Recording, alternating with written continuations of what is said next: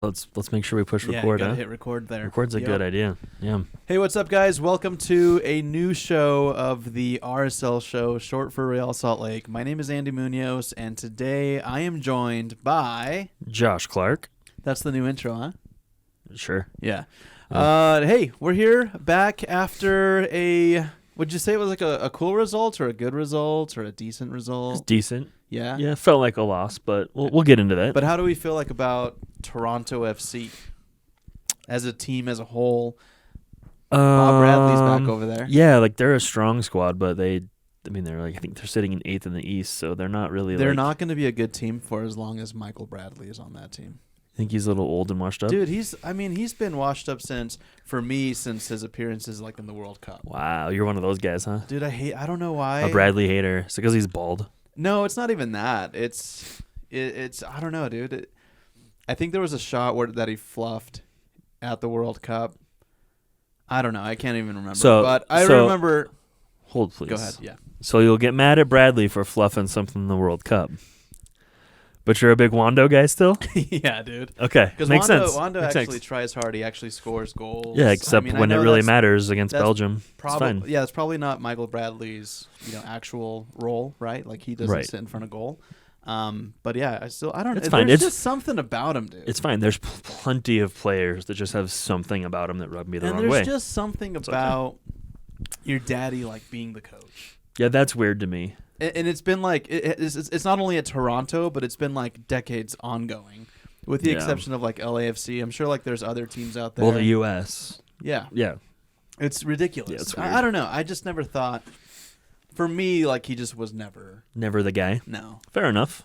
Yeah. Should we do the "you're not that guy" joke? Yeah, we'll do that. Hey, so Toronto FC comes into town, into a third, fourth sold out stadium. Rio Tinto. Back to filling it up. It's kind of nice. Yeah, exactly. Real Salt Lake. You're not on warning, but let's just remember it wasn't always like this.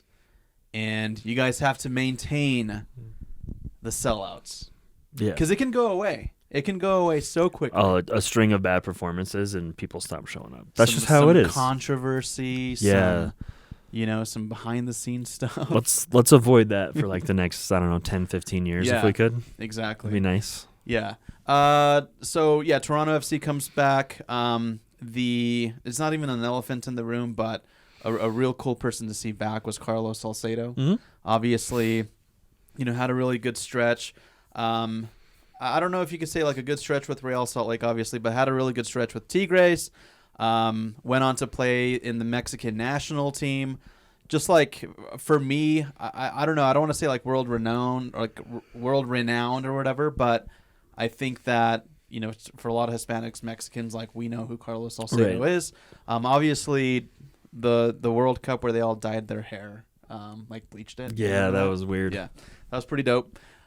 I guess. You bleached your hair once too. I did. Yeah, exactly. Yeah. So you can't say nothing. I can't say I'm not saying it was cool though. Yeah. Anyways, he comes back, and for me it was really cool. But dude, I got to call somebody out. So, and I talked to Trey about this because I saw Trey I think it was at the half or whatever.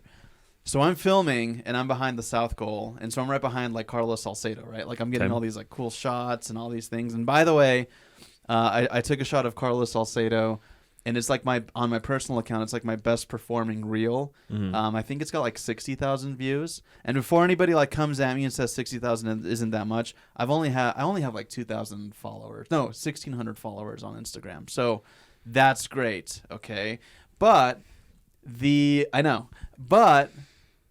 behind me, dude, the crowd's going, and like how like we all chirp and we yell at the defenders and all. Dude, I hear just from like my right channel, that's my right ear, that's camera talk.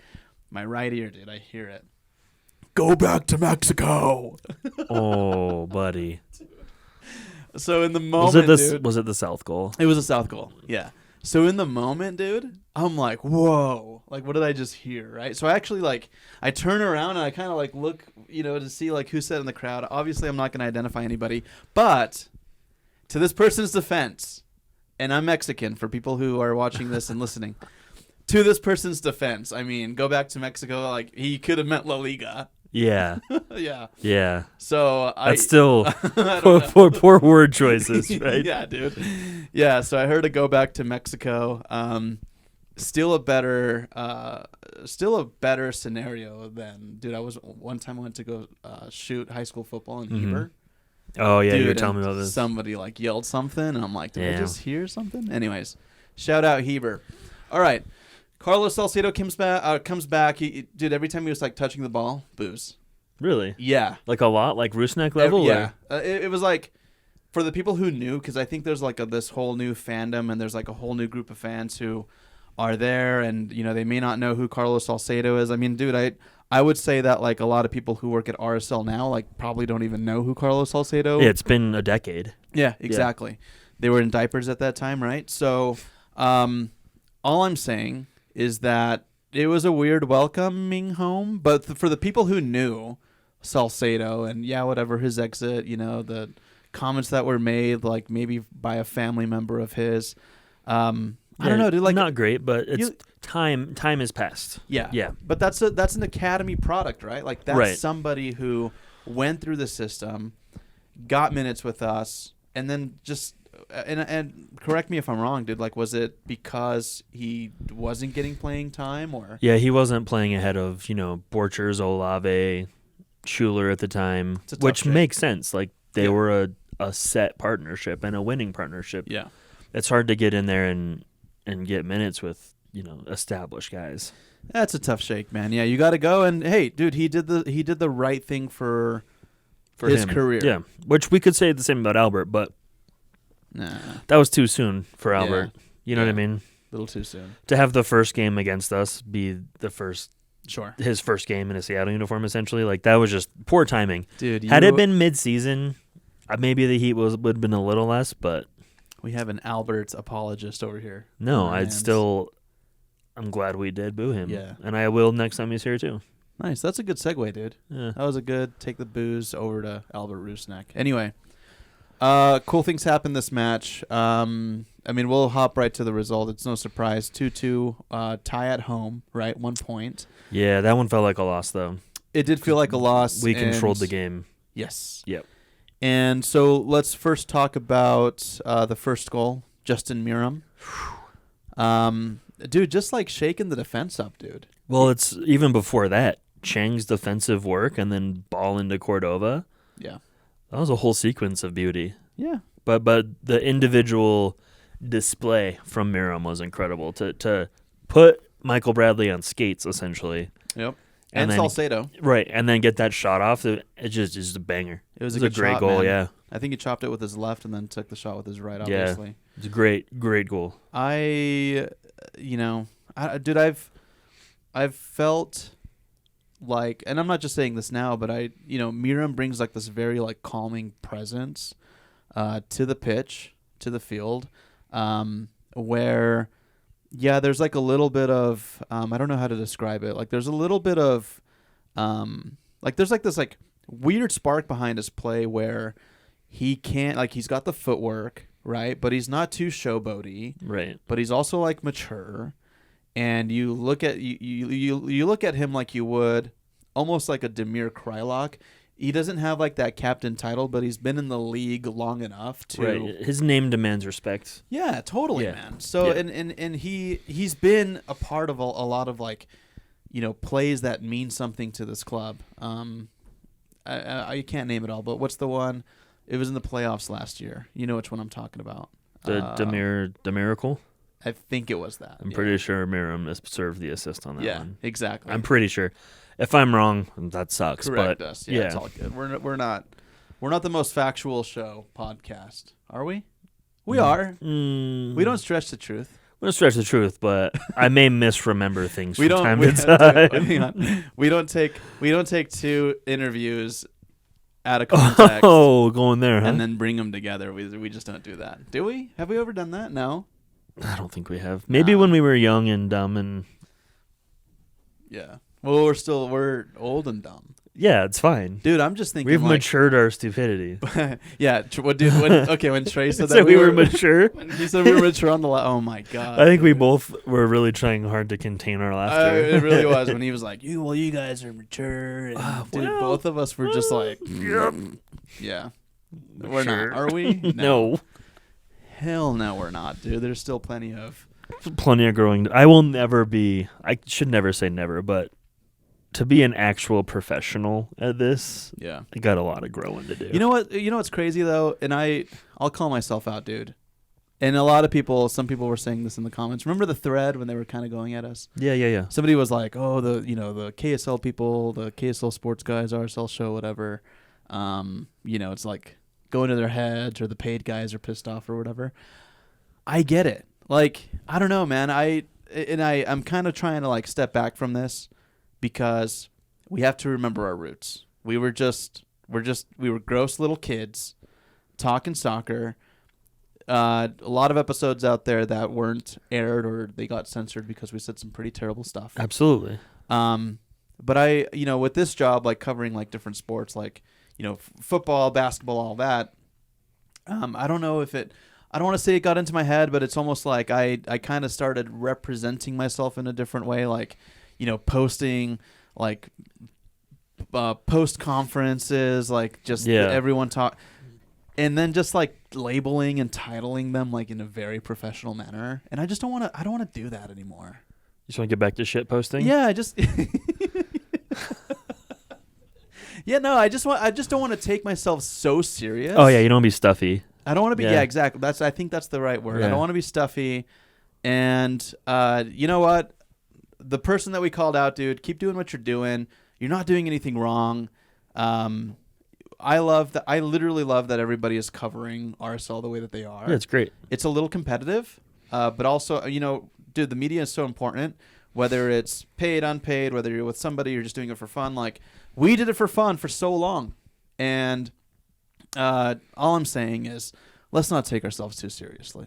So I'll publicly apologize to that person. I'm looking at the camera. Where are you at? I'm sorry, dude. We're cool now. I'll say what's up to you at the next practice. Good? Good. Yeah, it's good. Yeah. Yeah. All right. So Justin Meram, also that's his 300th game. Yeah, dude. Yeah. What a way to tuck it in, dude. And apparently he's having a baby. Yeah, he's having a baby. Okay, so Justin Meram hit me up after I posted this clip, and he said, "Hey," he's like, "can you send me these files?" So I sent him the files, and then within the same conversation, I'm like, "Hey, dude, by the way, was like that a baby celebration?" And he confirmed it. So he's having baby number 2, dude. I don't know, man. I'm 33 years old. I'm almost to the point where I'm like, I just need to like, you just got to do it at some point. At some point. But dude, his baby, like, I'm not just saying this. I'm not like blowing smoke, dude. His baby's cute. Yeah. That denim jacket with like Meram on the back was pretty cool too. Dude, that's a cute kid. If I ever have a kid, I'm doing that. That's a cute kid. He's got like big eyebrows, big eyes, like just a cute baby. Just looks pumped. Yeah, dude. Pumped to be alive. You know what I mean? Yeah, dude. Yeah. I would love to get Meram on this show. Yeah. Oh, dude. I'd also love to get a signed Meram jersey for the studio. Yeah, that's one I'd actually really. I'm becoming a big Meram fan, and you know what? What's really cool too is obviously he's got such a big following in Iraq. Yeah, I love all of the comments. They're great. It's so cool to see like another culture be so pumped on one of our players. No, totally, dude. I love it. Yeah, it is crazy. Like the amount of people that show up in the comments for Meram is ridiculous, and it's like all of the flags. Obviously they're all like Iraq flags, but there's so much pride in that. And he's just got such a big presence, big following on social media from people from his country, which is so rad. It's so super dope. cool. Yeah. So cool. So shout out Meram. That's a guy that I hope, is with us for, as long as he can, right? Because he's kind of like nearing the end. Yeah, I hope he ends his career here for sure. Yeah, I'd love to see him end the career here. Cool. So, okay. So Real Salt Lake goes 1-up, and then before you could even like stop celebrating, the second goal happens. This is irritating. So what do you think there? Obviously, like, is it like a mental lack? Is it? Just it was absolutely a mental lapse. Like, we just got scored on, or we just scored. Like, literally, still celebrating, and oh, here they come. Oh, that's a cross. Oh, I mean, I'm not going to take anything away from the finish, though. Yeah, beauty, right? But That's not a goal that would typically happen. Like, that shot was incredible to take it off the volley like that. And to Toronto's credit, like, they didn't dominate the game, but the 2 chances they really had, they took phenomenally. Put him away. Really put them away, like golazos almost. Yeah. So quite irritating to lose focus for those 35 seconds or whatever. It wasn't even like here at the right, like over. It was just it like, was still going. We got scored on. Yeah, it was like, oh, that like that's ridiculous. Deflating. That's a little right? crazy. Yeah, it's a little crazy, man. I don't know what to really make of that, to be honest. You just got to be more attentive, right? Like, you can't turn off. It's almost like when you're yelling at little kids to play the whistle, right? Like, you just got to be engaged for the entire 90-plus stoppage. You can't shut off until that game is over. Be engaged. Yeah. Yeah. We're all yelling. We're all the angry parents for a split second. So before we kind of go into like the second round of goals, let's talk about the match summary that comes from. It's called WhoScored.com, guys. It's a really cool website. This isn't an ad. We don't have that kind of sponsorship, but if you guys ever want to really get into all of the tactics, like literally all of the assessments over the games. Yeah, there's heat maps, there's passing charts, there's shot charts. It's great to really break down, Yeah, so the match summary strengths, I'm just going to read some of the bullet points here for Real Salt Lake, and then we'll also do like the same for Toronto FC. So Real Salt Lake, the strengths were created a high number of chances relative to their possession. We're effective at creating goal-scoring opportunities through individual skill. We're effective at creating goal-scoring opportunities from the flanks, which is, I mean, it's. I feel like if I'm remembering correctly, if we kind of go into the Demir goal, that was definitely a ball that was played in. Technically, they both were. Yeah. But Meram's was played on the ground. But yeah. So Demir catches across on his chest, brings it down, and then just nifty little tidy touch back into the goal. It's beauty. Yeah, that's what Demir's good at. He's a talented guy. He's that's not easy to take it down off your chest like he did, and have it just fall to your foot. Like that's not an easy feat, especially in the middle of center backs and a goalkeeper coming at you. Yeah, no, totally. It's it's Demir doing what Demir does, and it's almost crazy because I feel like right now the people who are on the field that I expect goals from it's always Demir. Mm-hmm. I'm trying to think of another. I mean, dude, okay, let's backtrack. Backtracking. Cordova. Yep. Plenty of opportunities. In previous matches, he's just trying to get like the play involved, right? Like he's playing. He's not being selfish. He's not taking shots. He's laying it off. It's almost like a dude who's like too good to be at pickup that doesn't want to score the goals. Yeah, he's feeling like he has to lays them off. He has to like include everyone, otherwise everyone's gonna hate him. It's like no, Cordova, like dude, just get 3 goals. Yeah, I think it's coming. He's looking more and more comfortable, looking more and more dangerous. Yep. It's so nice having a player that can like hold the ball up in transition. That's been incredible. But yeah, I think the selfishness needs to come into play a little bit. He just needs to just pull the trigger and get one for himself. Yeah, no, and Pablo said that in post too. Like he said it in one of the press conferences where he's encouraging him, like, hey, I appreciate that you're trying to get everybody involved and kind of like be not selfish, but like let him rip. Pull the trigger, man. Yeah, just pull the trigger, dude. So Cordova, just a beast of a human being, dude. Like when I'm there filming, I'm not that tall. But dude, he's massive and he's just built, dude. Yeah, he's just a big dude. So the top performers, while we're kind of talking about and assessing our players, the top performers rated on this website, it would say Michael Chang, which I fully agree with. Yeah, I think him and they were involved with both scoring opportunities. Yeah. Yeah. Second down the list is Justin Meram, gets a goal, obviously, right? So he's well deserved there. And then it goes Demir Krylock and then Sergio Cordova. Now, one thing to point out is it's back to what we were just talking about with Cordova. The total shots that are broken down in terms of players on the RSL side. Let's go from the bottom up. So Tate Schmidt has 1 shot. And honestly, that shot, had that gone in, goal of the week. Yeah, dude. Dude, he just turned and ripped that thing out of the air. It's insane, dude, that somebody who's playing in the back is basically kind of getting like on the highlight reel, even if it's not a goal, right? He's ripping them, and it's not the first time, because I'm thinking of, I think he had a shot. I can't remember who it was, where he took a shot and it just like kind of just veered just barely like within. Oh yeah, that was Kansas City, I believe. Yeah. So Tate Schmidt 1, Marcelo Silva 2. Weird. Those have to be off like what corners? Yeah. You got Justin Meram, who had 3 total shots. Pablo Ruiz also tied at 3 shots, which is weird. I don't really remember Pablo Ruiz letting him rip. I think they were more free kicks that didn't quite make it. Gotcha. Okay. Yeah, I think the free kick situation needs to be addressed a little bit by RSL. Think so? I think Ruiz isn't really putting him on target. Yeah, you know what I mean? Yeah. Like, not even testing the keeper. Like, he's missing badly. I love Pablo Ruiz, but it's almost like you can just kind of count on the skide. Yeah, like you. Yeah. As fans already, he steps to take it outside of the penalty. Right, that's different. Yeah. From any kind of distance, it's like, oh, this is just going over. Like, there's no chance. I don't know who else does it, but I wonder if it's like, I don't. I'd love to ask him this question one day, but it's like, what are you going for? Because it's, you can let a free kick rip, and that might work for you because you might be able to like get the ball to angle down. But it's in this case, it's almost like, why don't you focus more on placement where you want the ball to go? Right. Let's ease back on the power for a bit and just try to put it where you want it, not into the stands. Yeah. Exactly. Now, at the top of the list is Sergio Cordova. So he is being selfish. 5 total shots. Yeah. Just unlucky, but I feel like that first goal is just right around the corner. Well, I mean, he has scored. Yeah.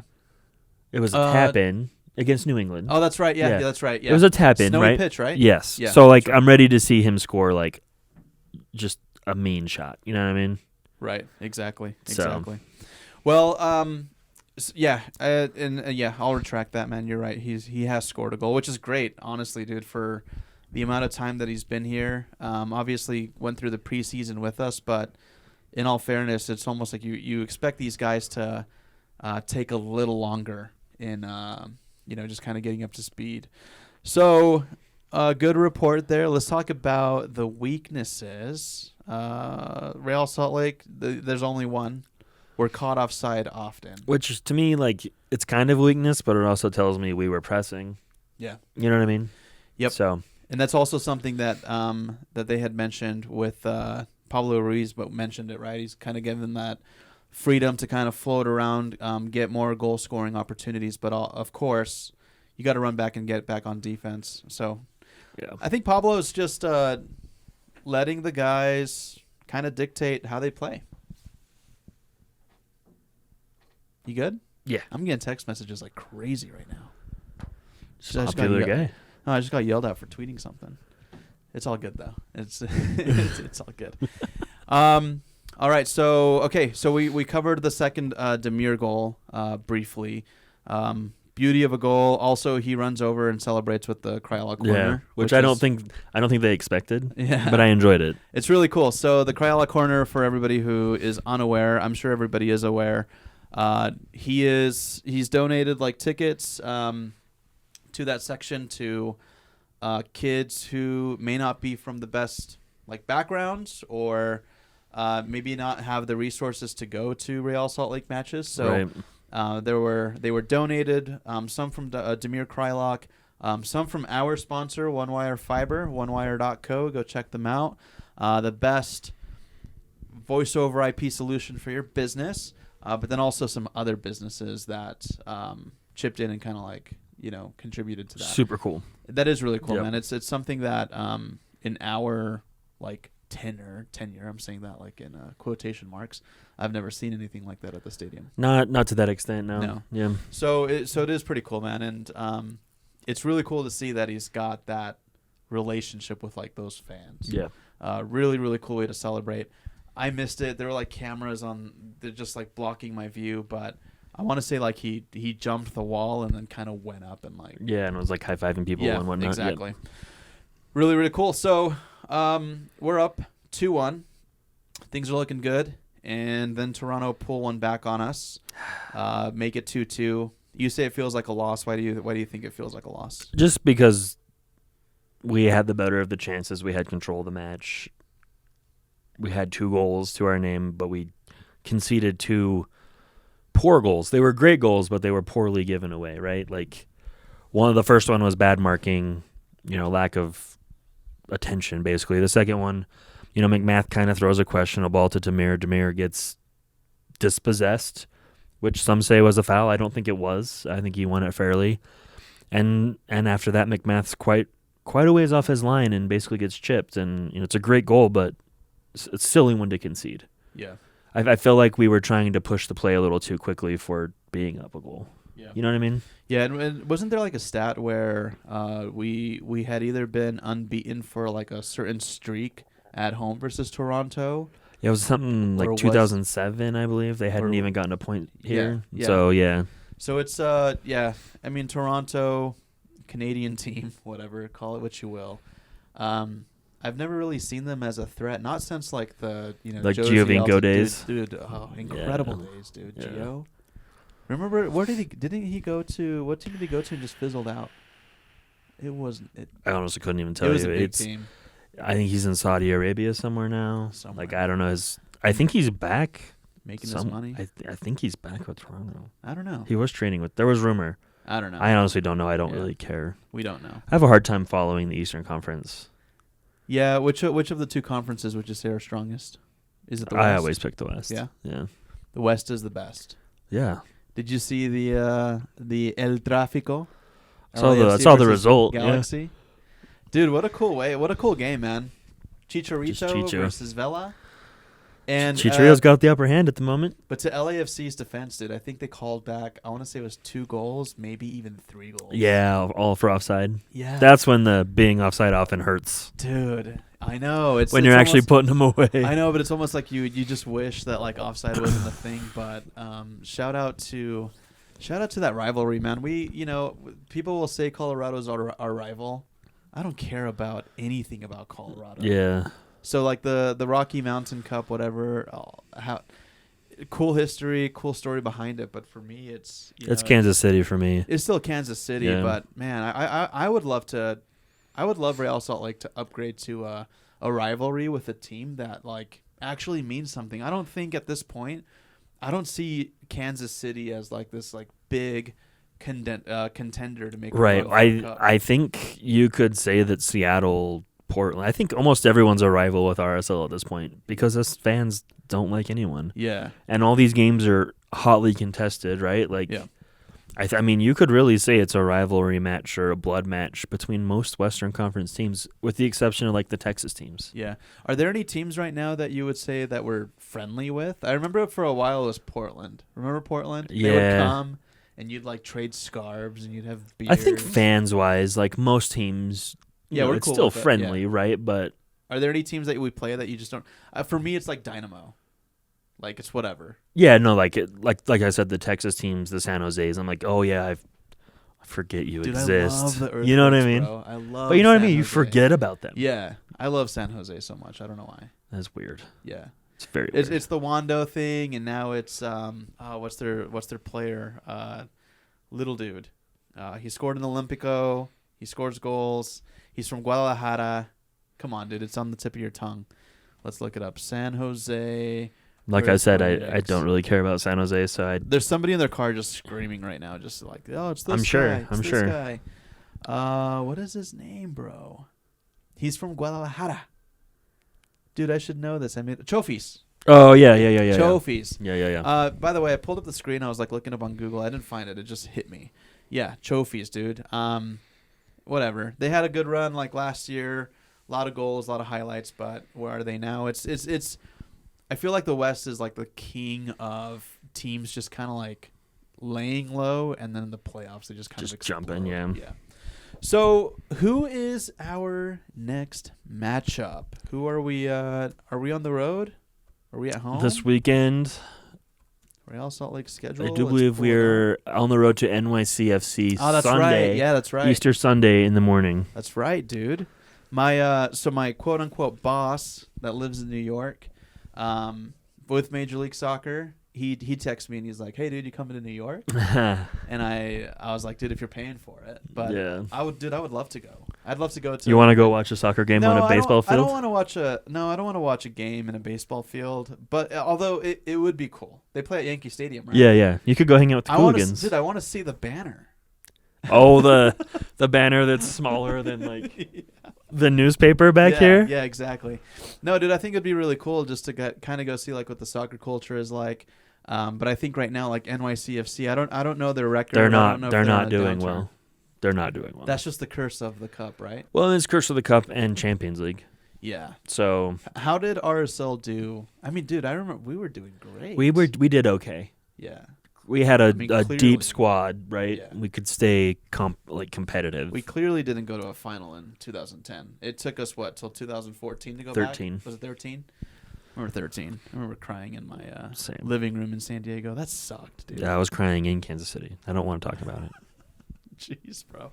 Me and Bean. Yeah. Very sad boys. Really close. There was a goal that got called back for RSL, wasn't there? Yep. Dude. And then our next home game is U.S. Open Cup on Wednesday against Hailstorm from Colorado. Hailstorm.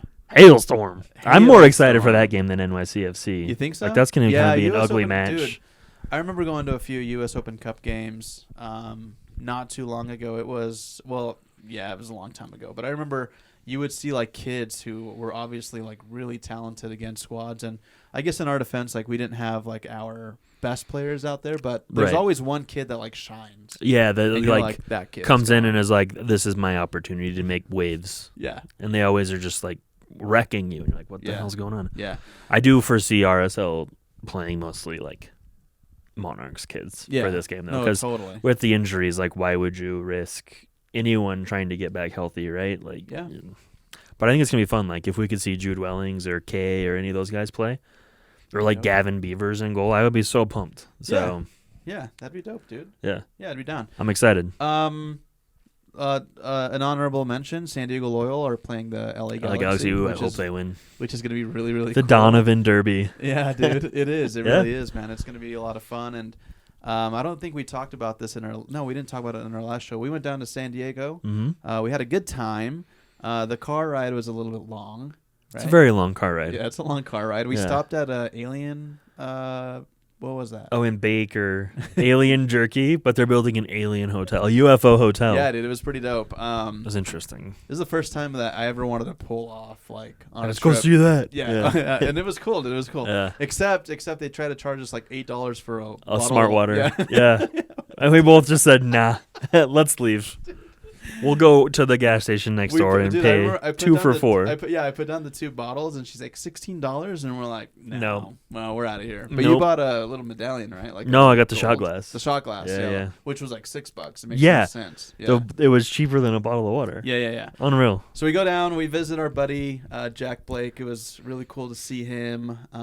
He didn't play that match, but he's back in rotation now. Yeah, he's back playing. And they're doing back to being really the captain. Yeah, they're undefeated, I believe. Dude, they're doing good, man. Or no, undefeated at home. Yeah. Yeah. There's a dude on the squad just like tearing it up, scoring goals. There's a few tearing it up, scoring. It's really, really good. Yeah. So yeah, cool atmosphere. Shout out San Diego Loyal, very welcoming. And we had a good time. Yeah, I had a fun time. What was your favorite part of the trip? The burrito at the game. That was real good. Yeah, the little taco truck at the game. Oh, I don't think I. Oh boy, that was tasty. I didn't have. Obviously, that wasn't my like total favorite part, but that was. Yeah. Anyways, I don't know. I think making you ride in the hatch of my car was pretty funny. Dude, I hated that. I hated it too. Dude, we had. I also rode back there. It's fine. Okay, we had a Subaru, but we had like 6 people. So yeah, seats 5. Somebody had to rotate and like ride in the trunk, dude. It's a hatch. Yeah, and it was horrible. It was not fun. LA traffic or San Diego traffic. Especially Josh goes over a freaking speed bump, dude. It's like Andy's back there. Pissed, I'm gonna ruin his life. I was so pissed.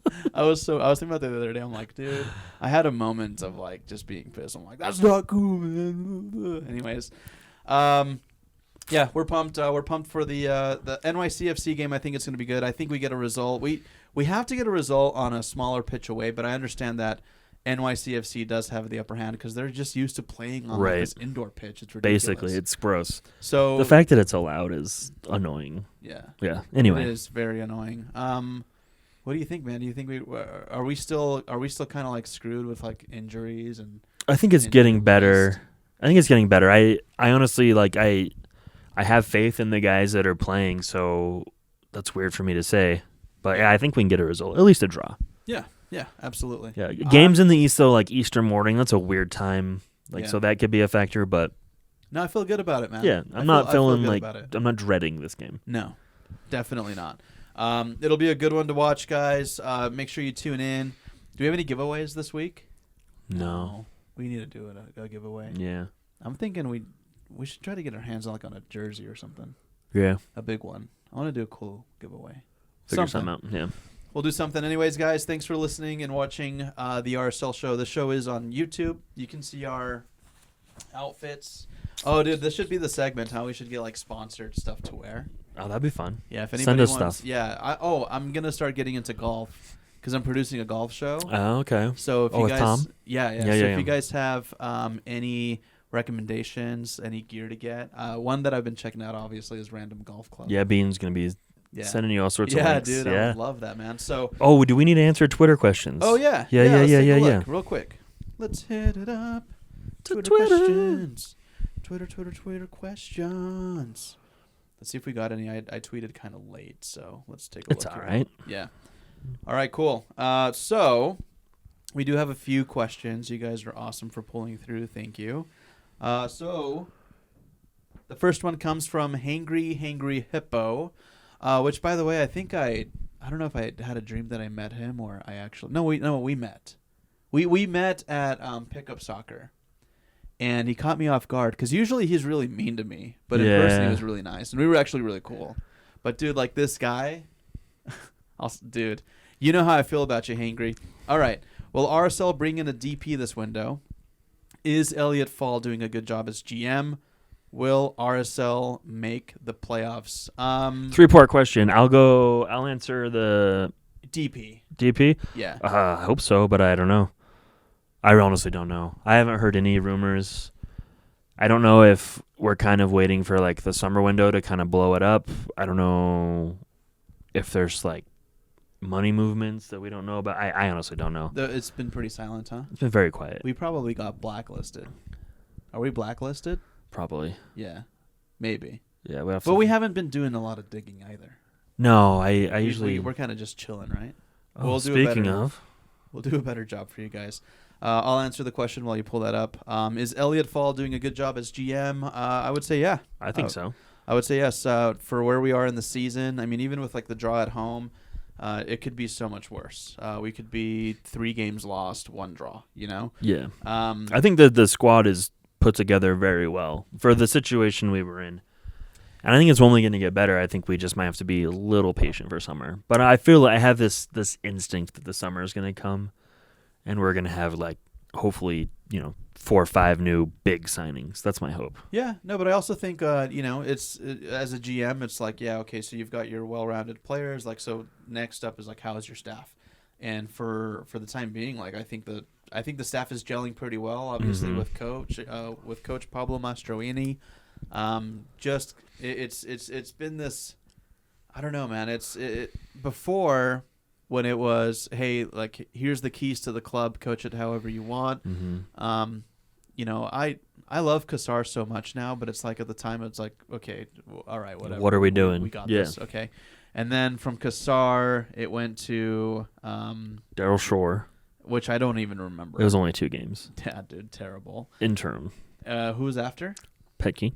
Pat Key. So Petke gets handed the keys, and that was like, it was weird. It was whatever. It was fine. Yeah. It was just the Petke era, And then of course, then it was just like, all right, like, hey, here are the keys to the Honda, Freddie. Here you go. Yeah, it's missing a couple headlights, and the exhaust has a hole in it. Make the best of it. Do what you can. Yeah, do what you can. It was like try to get to work with your Accord if you can. Right. Right. And he tried the best, and then he bounced. He dipped. Yeah, he's like, I'm selling this car. Yeah. This car's taking it out of me. I'm over this car. He went to CarMax and sold it. Yeah, and upgraded. Yeah. He totally did, dude. In his own way. Yeah, no, the market was in his favor for sure. Right? Kind of. I bet you he's making more money as an assistant than he was making as the head coach of RSL. What a good dude, man. Freddie, you can do no wrong, bro. But, for the first time, my point here in all of this talk is we've, now the keys are with Pablo, but Pablo is like, let's make this ours. It feels like the head coach has control. Yeah, which is great. And that's a quality that Christ had. Yep. Right? Yep. Whatever might be happening like behind the scenes with like between a GM and, hey, we need this, or hey, you're not getting that, or whatever. Dude, I mean, I've been around Elliot. I don't think Elliot's a tough guy to really negotiate with. However, I don't think so either. We don't know that side of him, right? He could be but I feel like mean, he's not going, screw off. You don't know anything. I think he has conversations, and if it's something that's feasible, Elliot will say yes, it's feasible, and if it's not, he's gonna say, we can't make that happen right now. Yeah, exactly. And we got to remember the January transfer window is not easy to bring guys in unless they're free agents. Yeah. We can't forget that. Like, teams don't necessarily want to let their main guys go midway through a season. Yeah. Yeah. So, third question, will RSL make the playoffs? Absolutely. I have a theory. Okay. So usually, we've been doing this for years. We start off just dog shit. Oh, you think we're going to tail off and not make the playoffs? Yeah. Because here's my theory is that we start bad and then we end strong. Right. So we have an opposite effect this year? Yeah. So we start strong and then... Shoot. I hope that doesn't come true. I hope that's not true either, but it's a valid fear. Exactly. Yeah. Let's see. Ruben Santos. Ruben, I've been watching you, dude, on IG and all that. You're getting strong, bro. Keep it up. He makes me feel youthful. If you guys don't know who Ruben is, he's in that life phase where all you do is work out. Yeah. You don't have a girlfriend. All you do is work out and meal prep. Yep. And then you get a girlfriend and you stop working out. Yeah, Ruben. So you look great now, dude. But just look at us, dude. That's what you have going. About 10 years. Yeah, dude. You gotta angle the camera high so people don't see your double chin. All right, man. Ruben, we love you, dude. Keep going. Let's see. There's a lot of new faces in the roster this year, and a lot of them are doing really good. Do you think there'll be players that usually start that are going to have to fight for their starting spot when they come back from injury? Probably a Josh. Damn, dude. He just threw you right under the bus. Wow, all right. Yeah, Josh. I mean, it's already been apparent that Everton's had a fight for his spot, right? Because he hasn't gotten it back from Scott Caldwell. Yeah. Who has been a revelation. Yeah. I think Orozco has a shot to get minutes, but obviously once Glad's back, Glad's going to take that spot back. That one's kind of, Schmidt, I think Herrera, once Herrera is like fully fit, Schmidt's probably going to not get minutes, or they'll readjust and have Herrera play along the back three so Schmidt can continue playing. But yes, I think there's going to be a lot of competition to get your spots back. I don't think anyone's going to walk. With Pablo, no one just walks back in and takes their spot back. Yeah. The interesting one for me is going to be Ochoa McMath.